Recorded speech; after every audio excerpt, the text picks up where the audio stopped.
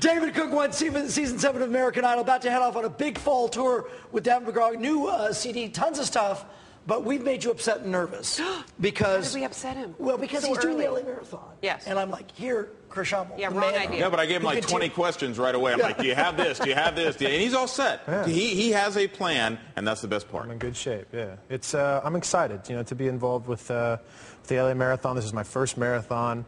So it's really nerve-wracking, but they're great about really kind of setting me on this path to get it done properly. And yeah, I think to have ABC Squared come on and be my charity of choice and to get the word out, I'm just excited to be a part of it. Tell us about ABC Squared. ABC Squared is Accelerated Brain Cancer Cure. It's an organization I've been involved with now, I think since I got off Idol, pretty close. I've done a 5K race with them in Washington, D.C. now for 3 years, and an amazing organization. I have a great relationship with them, and so the idea for this marathon came up, and they were the first and only choice to kind of partner up with.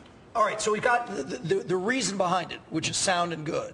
What about the 26 miles you'll actually be doing? We got done with this record that's out now, This Loud Morning, and that record was such a journey for me and such a challenge.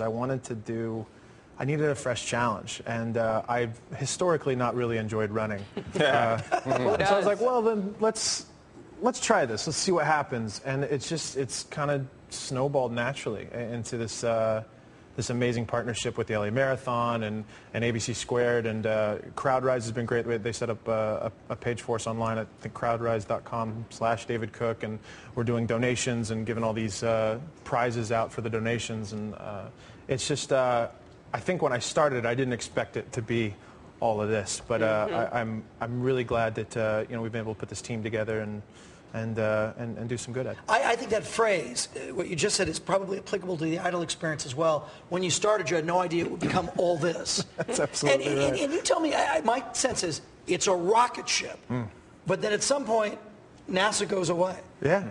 It's, I was in my first band at 15, and I played clubs and bars and coffee houses for 10 years, and then this Idol thing happened, and the story's out there. Like, I backed into it. My brother auditioned, or wanted to audition, and I kind of pulled the rug out from under him. But it really is just, I'm now 3-4 years into it, and I'm still kind of trying to make sense of the world around me a little bit. Is it what you imagined it would be while you were during that whole crazy time?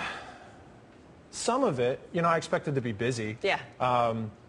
I didn't know what I was going to be busy doing necessarily. I was like, all right, I'll make records and tour and all that stuff, and the scope of the stuff that we have to do every day is immense. I'll never forget this conversation. Vanessa Carlton in that song 1,000 Miles, and she was here after she had that hit. Sure.